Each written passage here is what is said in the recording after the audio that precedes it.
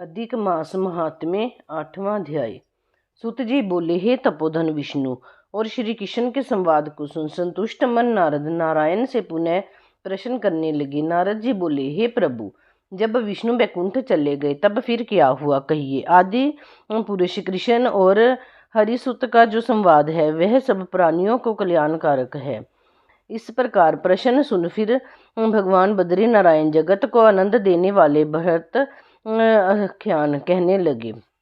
श्री नारायण बोले, तदंतर विष्णु बड़े प्रसन्न होकर बैकुंठ गए और वहां जाकर, हे नारद, अधिक मास को अपने पास ही बसा लिया। अधिक मास बैकुंठ में वास पाकर अत्यंत प्रसन्न हुआ और 12 मासों का राजा होकर विष्णु के साथ रहने लगा।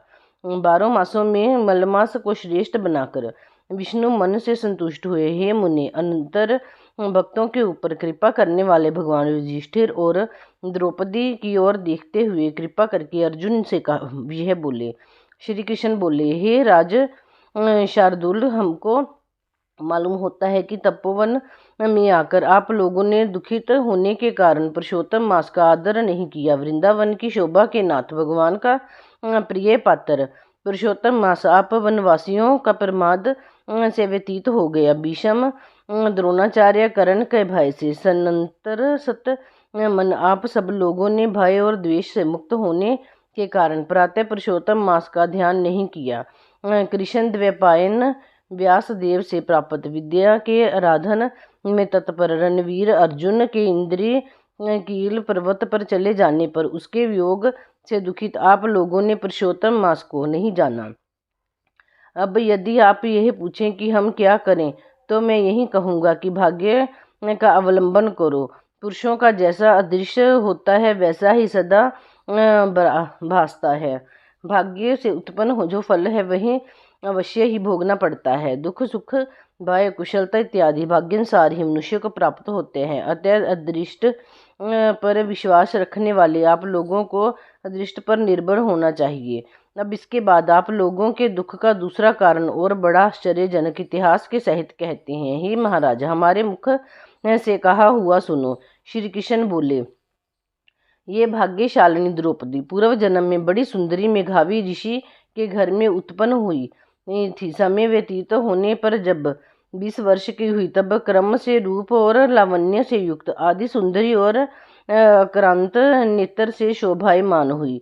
चातुर्य गुण से युक्त अपने पिता को एकमात्र इकलौती कन्या थी। अतः चतुरता गुणवती सुंदरी यह पिता की बड़ी लाडली थी। मेघावी ने सदा लड़के की तरह इसे माना, कभी भी अनादर नहीं किया। यह भी साहित्य शास्त्र में पंडिता और नीति शास्त्र में भी प्रवीण था।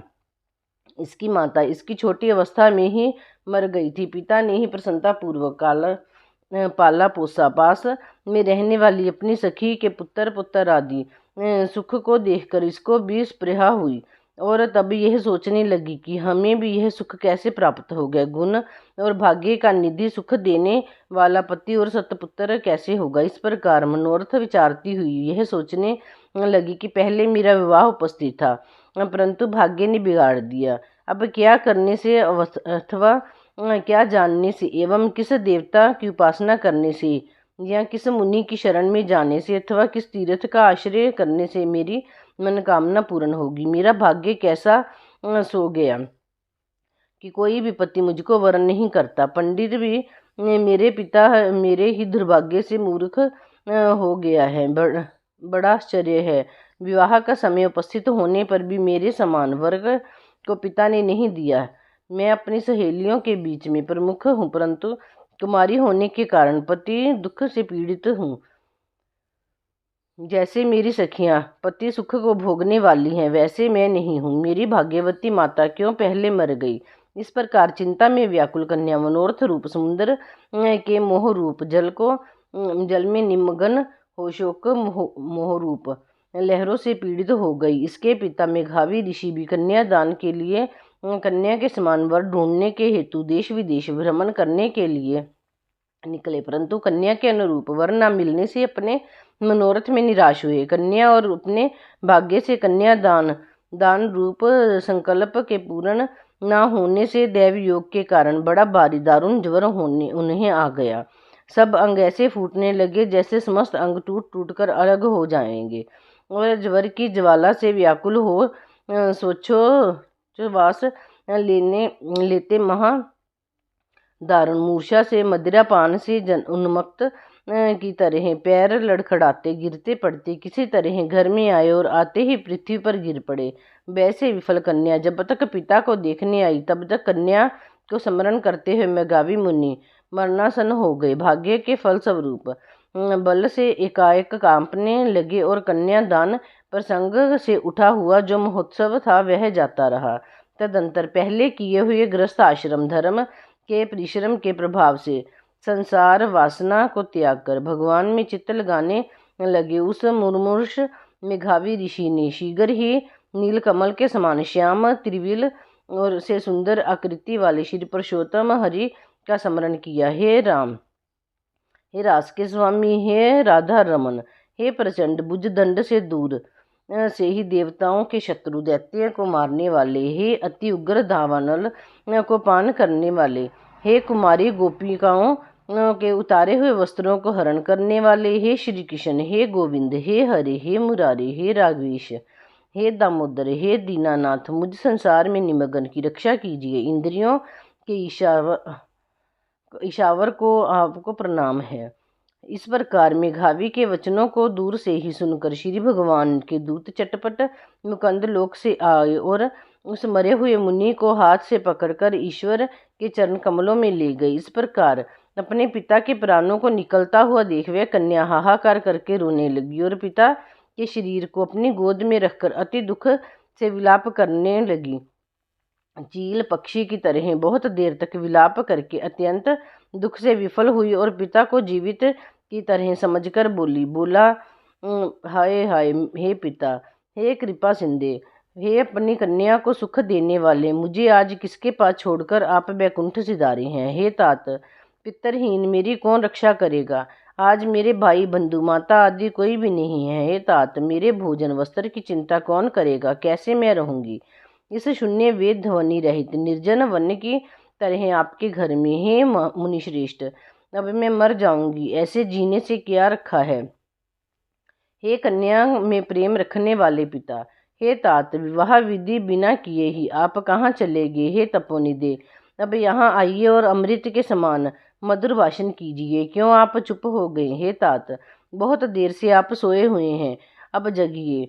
ऐसा कहकर आंसू बहाती हुई घड़ी घड़ी कन्या विलाप करने लगी और पिता के मरने से दुखित हुई आर्ता चील पक्षी की तरह मुक्त कंठ से रोने लगी। उस लड़की का रोदन सुनकर उस वन में रहने वाले ब्राह्मण आपस में कहने लगे कि इस तपोवन में अत्यंत करुण शब्द से कौन रो रहा है। ऐसा कहकर सब तपस्वी चुप होकर यह मेघावी ऋषि की कन्या का शब्द है ऐसा निश्चय कर घबराए हुए हाहाकार करते मेघावी के घर आए और वहां आकर सबने कन्या के गोद में मरे हुए मेघावी ऋषि को देखा और देखकर उस वन के रहने वाले सब मुनि भी रोने लगे। कन्या की गोद से शव को लेकर शिव मंदिर के पास शमशान पर गए।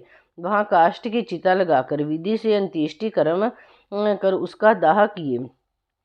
दाह के अनंतर कन्या को समझाकर सब ऋषि अपने अपने आश्रम गए। इधर कन्या भी धैर्य धारण कर यथाशक्ति क्रिया के लिए द्रव्य खर्च किया। इस प्रकार पिता की मरण क्रिया को करके कन्या इसी तपोवन में निवास करने लगी और पिता के मरण रूप दुखा अग्नि से जली हुई रंभा की तरह व्यथित होती हुई एवं बछड़े के मर जाने से जैसे गो चिल्लाती है और खाती नहीं दुर्लभ हो जाती है, वैसे ही यह बाला भी दुखित हुई।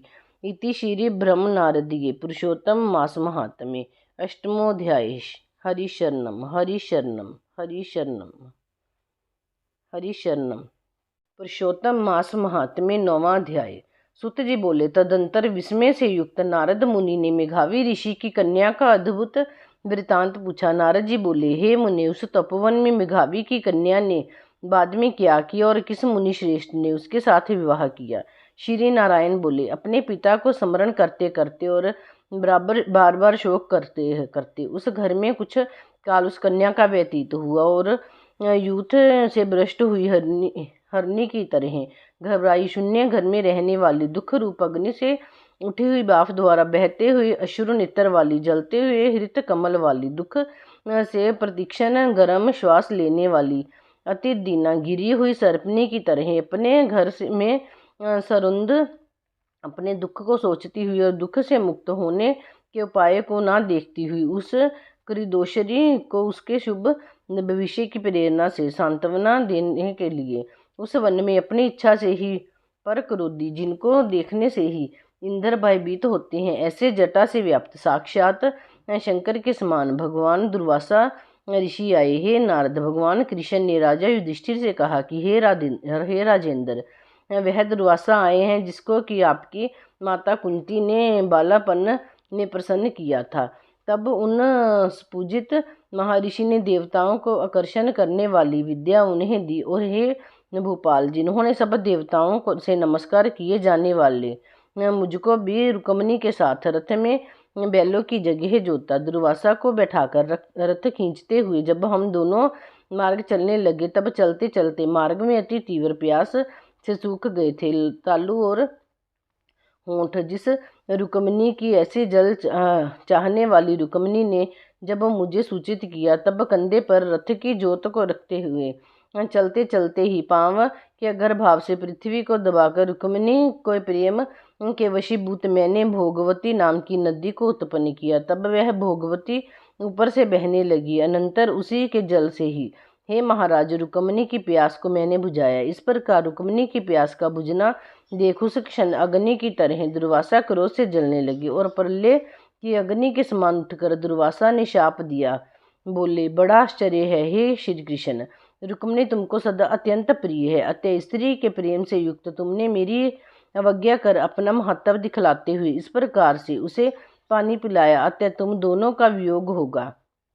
इस प्रकार उन्होंने शाप दिया था। हे युधिष्ठिर, वहीं यह दुर्वासा मुनि है, साक्षात रुद्र के अंश से उत्पन्न दूसरे काल रूप की तरह महर्षि अत्रि के उग्र तप रूप कल्प वृक्ष के दिव्य फल, पतिव्रताओं के सिर के रतन, अनसुया भगवती के गर्भ से उत्पन्न अत्यंत मेघा युक्त दुर्वासा नाम के ऋषि, अनेक तीर्थों के जल से भीगी हुई जटा से भूषित सिर वाले साक्षात तप मूर्ति दुर्वासा ऋषि के आते देखकर कन्या ने शोक सागर से निकलकर धैर्य से मुनि के चरणों में प्रार्थना की। प्रार्थना करने के बाद जैसे वाल्मीकि ऋषि को जानकी अपने आश्रम में लाई थी, वैसे ही यह भी दुर्वासा को अपने घर में लाकर अर्घ्यपाद और विधि प्रकार के जंगली फलों और पुष्पों से स्वागत के लिए आज्ञा लेकर आदरपूर्वक पूजन कर तदंतर हे राजन, यह बाला बोली।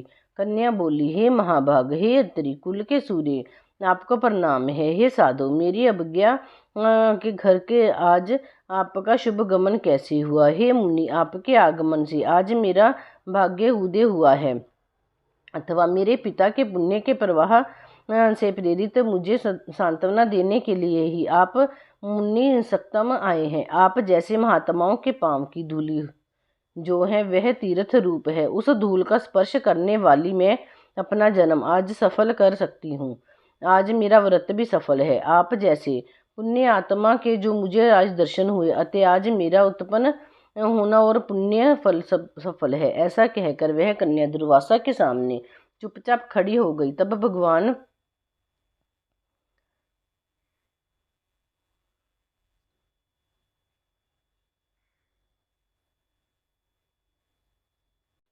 शंकर के अंश से उत्पन्न दुर्वासा मुनि मंद हास्य युक्त बोले। दुर्वासा बोले, हे द्विजसुते, तू बड़ी अच्छी है, तूने अपने पिता के कुल को तार दिया। यह मेघावी ऋषि के तप का फल है जो उन्हें तेरी ऐसी कन्या उत्पन्न हुई। तेरी धर्म में तत्परता जान कैलाश से मैं यहाँ आया हूँ और तेरे घर आकर तेरे द्वार मेरा पूजन हुआ। हे वारहरोहे, मैं शीघ्र ही बद्रिका आश्रम में मुनीश्वर सनातन नारायण देव के दर्शन के लिए जाऊंगा, जो प्राणियों के हित के लिए अत्यंत उग्र तप कर रहे हैं। कन्या बोली, हे ऋषि, आपके दर्शन से ही मेरा शोक समुद्र सूख गया। अब इसके बाद मेरा भविष्य उज्जवल है, क्योंकि आपने मुझे सांत्वना दी है। हे मुनि, मेरी उस प्रादुर्भूत बड़ी भारी ज्वाला युक्त दुख रूप अग्नि को क्या आप नहीं जानते? हे दया सिंधु, हे शंकर, उस दुखाग्नि को शांत कीजिए। मेरे विचार से हर्ष का कारण मुझे कुछ भी दिखलाई नहीं देता है। ना मुझे माता है, ना पिता है, ना तो भाई है जो धैर्य प्रदान करता अतः दुख समुद्र में पीड़ित मैं कैसे जीवित रह सकती हूँ। जिस जिस दिशा में मैं देखती हूँ वह मुझे दिशा शून्य प्रतीत होती है। इसीलिए हे तपोनिधि, मेरे दुख का निस्तार आप शीघ्र करें। मेरे साथ विवाह करने के लिए कोई भी नहीं तैयार होता है। इस समय मेरा विवाह ना हुआ तो मैं फिर वृषली शूद्रा हो जाऊंगी। यह मुझे बड़ा भय है। इसी भय से ना मुझे निद्रा आती है और ना भोजन में मेरी रुचि होती है। हे ब्राह्मण, अब मैं शीघ्र ही मरने वाली हूँ, यह मेरा इस समय निश्चय है। ऐसा कहकर आंसू बहाती हुई कन्या दुर्वासा के सामने चुप हो गई। तब दुर्वासा कन्या का दुख दूर करने का उपाय सोचने लगे। श्री नारायण बोले, इस प्रकार मुनि कन्या के वचन सुनकर और इसका अभिप्राय समझकर बड़े क्रोधी मुनिराज दुर्वासा ने उस कन्या का कुछ हित विचार पूर्ण कृपा से उसे देखकर सारभूत उपाय बतलाया। इति श्री ब्रह्म नारदीय पुराण पुरुषोत्तम मास महात्म्य 8वां अध्याय। श्री हरि बोलो, श्री हरि भगवान की जय। श्री पुरुषोत्तम मास की जय।